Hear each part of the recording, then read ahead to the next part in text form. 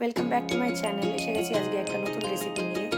দেখতেই পাচ্ছ আজকে চিকেনের একটা রেসিপি করছি, যার জন্য কিছু মশলা আমরা কেটে নিচ্ছি আগে থেকে। আছে পেঁয়াজটাকে আমরা কেটে নিয়ে চপ করে নিচ্ছি। সাথে রয়েছে টমেটোটাকে আমরা কেটে নিয়ে চপ করে নেব।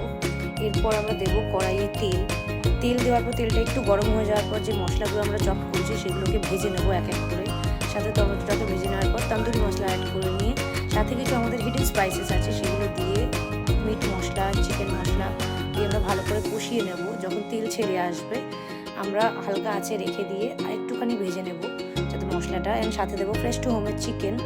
অ্যান্ড এটা খুবই নিউট্রিশনপূর্ণ চিকেন, কেন আমরা নর্মাল যে চিকেন খাই সেটার মধ্যে অনেক রকম ইনজেকশন থাকে, অনেক রকমের ওষুধ দেওয়া থাকে, বাট এই চিকেনটা খুব ফ্রেশ। এটা ধুয়ে ভালো করে ম্যারিনেট করে মশলার সাথে কষিয়ে নিয়ে সিদ্ধ করার জন্য জলে দিয়ে দেবো। অ্যান্ড দেখতে পারেন খুব তাড়াতাড়ি একটা টাইমে একটা চিকেন রেডি হয়ে গেছে।